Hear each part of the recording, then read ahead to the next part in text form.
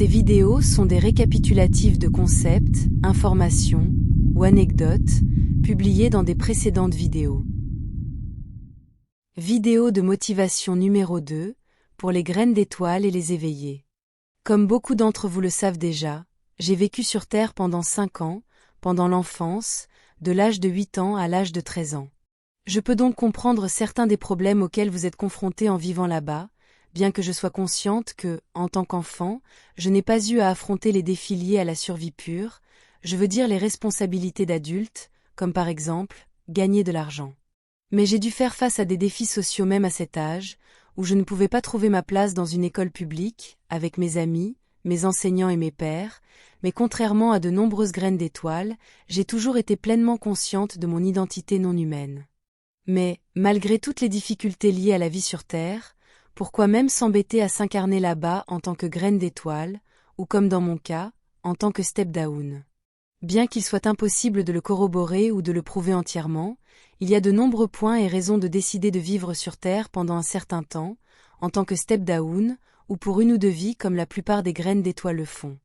Ces points sont largement connus, du moins là où je suis, d'un point de vue non humain, et certains autres sont également connus sur Terre, et ont également été mentionnés auparavant par d'innombrables travailleurs spirituels. Mais d'où je suis, là-haut, toujours impliqué dans les affaires terrestres, bien que non immergées, elles sont considérées comme des vérités uniquement en raison de leur cohérence, et parce que tant de personnes qui ont été sur Terre les déclarent comme des vérités car c'est leur expérience. Bien que je comprenne clairement pourquoi on dit cela, la Terre n'est pas une planète prison, les âmes choisissent de s'incarner là-bas parce qu'elles peuvent réaliser d'énormes avancées en matière de conscience spirituelle et d'âme en peu de temps, je veux dire en peu de temps du point de vue expérimental de l'âme, bien sûr. Les âmes choisissent de s'incarner sur Terre ou d'aller y vivre, par elles-mêmes, et volontairement. Et elles n'entrent pas sur Terre en raison d'une sorte de tendance masochiste ou autodestructrice. Elles le font parce qu'elles sont parfaitement conscientes des énormes avantages que vivre là-bas leur apportera. Mais quels sont exactement ces avantages? Que nous le voulions ou non, nous vivons tous immergés dans un domaine existentiel basé sur la dualité. Sans elle, nous ne pouvons pas nous relier à quoi que ce soit, ni contraster quoi que ce soit, car en tant qu'âmes individuelles qui ont la perception expérimentale d'être quelque chose d'autre que la source elle-même, nous ne sommes pas prêts pour l'expérience de l'unité totale, d'une unicité totale et complète, car cela entraînerait logiquement la destruction même de notre identité unique en tant qu'âme, et donc de qui nous sommes. Vivre sur Terre nous donne une immense expérience de contraste avec tout, et surtout, qui à elle seule favorise l'expansion de notre âme. Comme de nombreuses personnes qui se souviennent de leur vie passée l'ont déclaré, lorsqu'elles meurent, elles sont accueillies par leurs proches qui les ont précédées, et elles ont l'impression d'être complètement enveloppées d'amour, si dense et épais, qu'elles ont l'impression d'être plongées dans un amour liquide dense à son état le plus pur.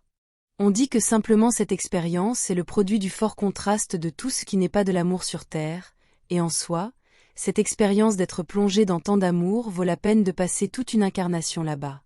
Cette expérience d'amour liquide dense et fort, telle que je l'interprète, est le résultat de l'âme réalisant pleinement que tout cela en valait la peine, un fort sentiment d'arriver dans le monde spirituel, notre vrai foyer, et ce sentiment intense d'amour est également clairement le résultat de l'acceptation et de l'intégration au champ éthérique que l'âme est en train de vivre. Mais vivre sur Terre, et toute la souffrance et la douleur indéniable et inexcusable qui y sont associées, n'est pas destiné à être enduré uniquement pour recevoir une sorte de récompense héroïque une fois que tout est terminé, car la vie sur Terre peut aussi être extrêmement agréable et gratifiante en elle-même, chaque jour pendant toute une vie là-bas. C'est simplement une question de comment nous sommes des âmes enracinées dans les choses, et ce qui nous arrive là-bas.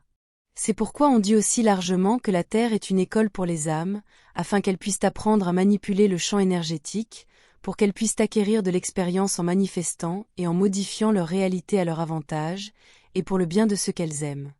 Mais contrairement à ce que beaucoup disent, la Terre n'est pas une école pour les âmes très jeunes qui ont besoin d'être plongées dans un royaume lent et pâteux, afin qu'ils ne manifestent pas leurs pensées et désirs chaotiques et illogiques de manière immédiate.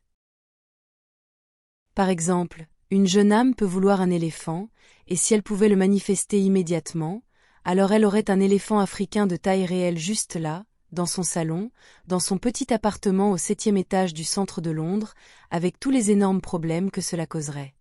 En réalité, toutes les preuves expérimentales que les âmes ont pu partager, et avec les données que nous pouvons ajouter à cela, la Terre est en effet une sorte d'école pour les âmes, mais c'est pour les plus avancées et expérimentées, celles qui détiennent les connaissances et l'expérience nécessaires pour affronter un tel défi immense comme celui de vivre là-bas.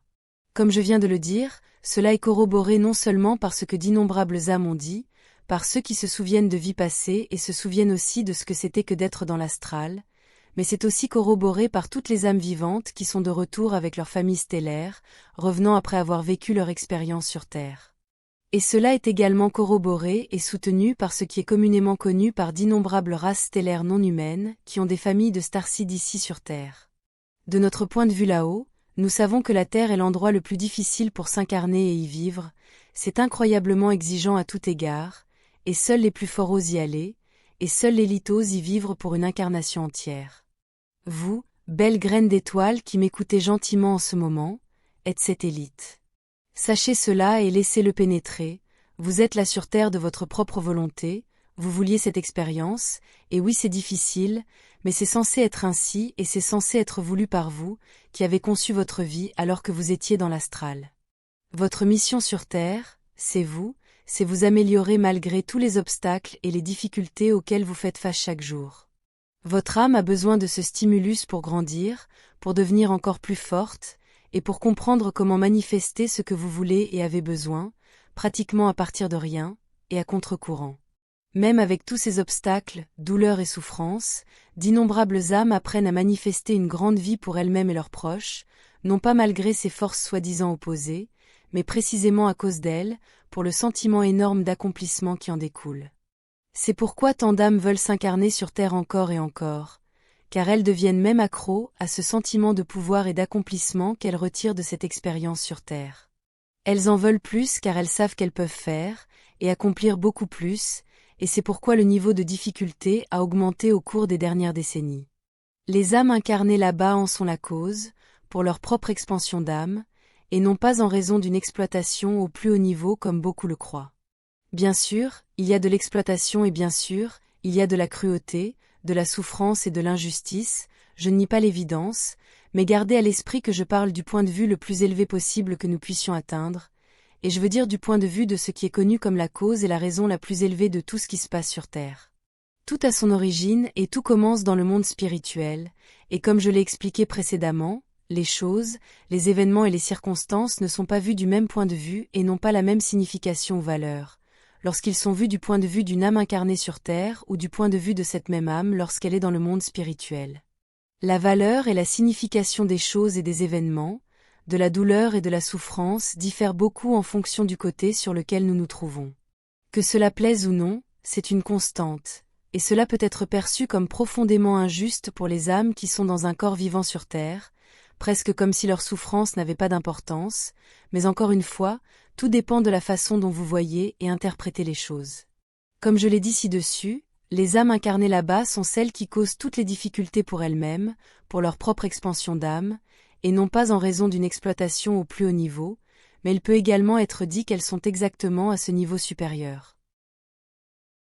Du point de vue de la façon dont les âmes vivent le temps, toute une vie sur Terre n'est qu'un clin d'œil, une expérience finie et courte qui leur sera très bénéfique comme prendre une pilule dégoûtante, qui a un goût horrible, mais après l'avoir prise, tous vos pouvoirs de manifestation et de manipulation de l'énergie seront améliorés. Vous finissez par être tellement augmenté que vous vous moquez du goût de cette pilule, vous voyez simplement les avantages et en voulez même une autre.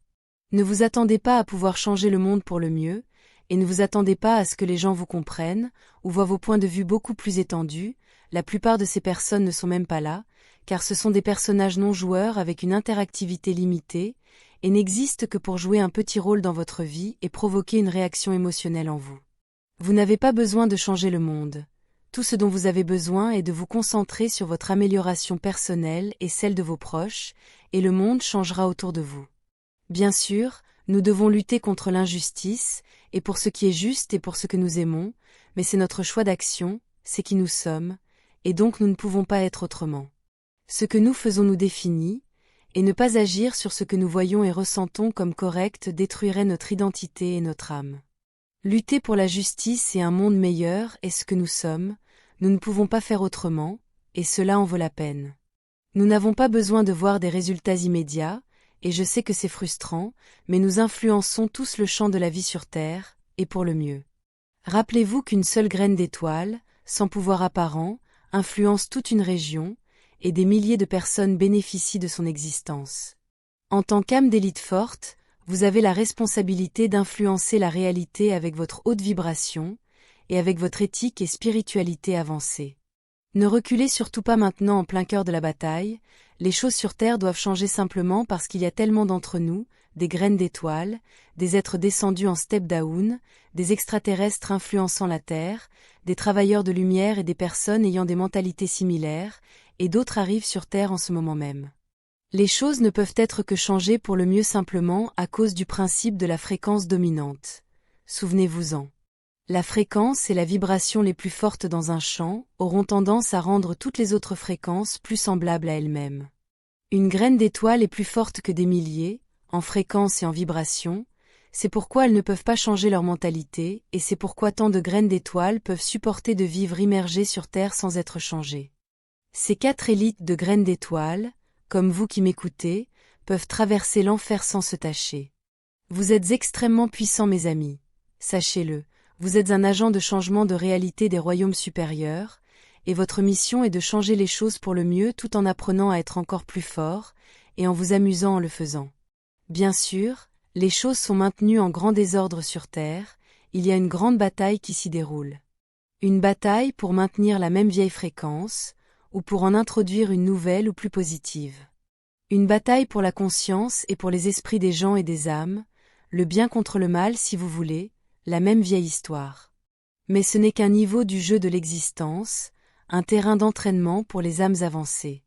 C'est quelque chose pour elles à faire, depuis le dessus, tout est comme il se doit, et ce que vous apprenez à manifester pour vous-même, pendant que vous vivez sur Terre, est ce qui change le monde. Vous êtes des âmes d'élite, il n'y a aucun doute là-dessus, et donc, bien sûr, vous rencontrerez beaucoup de résistance, mais c'est censé être ainsi. C'est seulement logique, mais vous pouvez y arriver, mes amis. Chaque graine d'étoile a sa famille stellaire qui veille sur elle, la guide et l'aide autant que possible, mais sans interférer car c'est un test pour les âmes sur Terre. Cela signifie que vous n'êtes jamais seul. Créez une vie merveilleuse pour vous et vos proches, et avec cela le monde changera autour de vous, vous pouvez y arriver.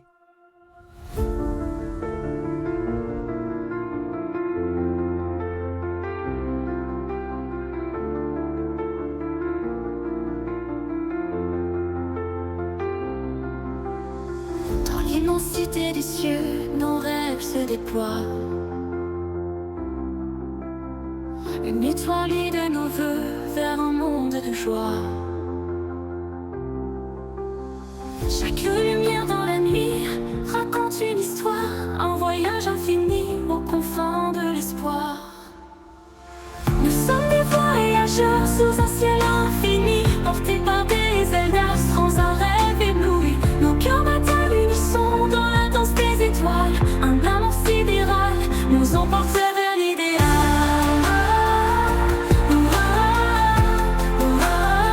Nous emporte vers l'idéal.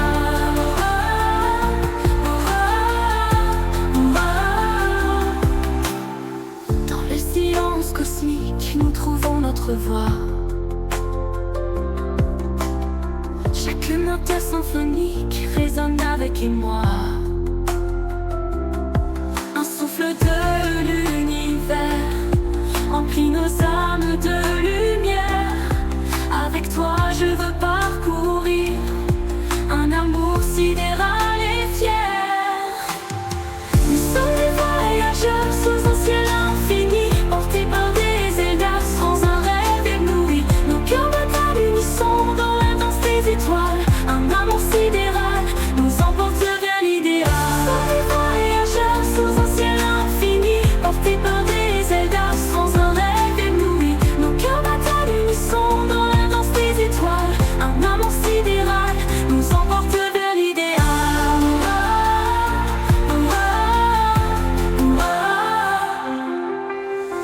Au-delà des galaxies, nos rêves se réalisent. Main dans la main ensemble, vers l'éternité, nous allons.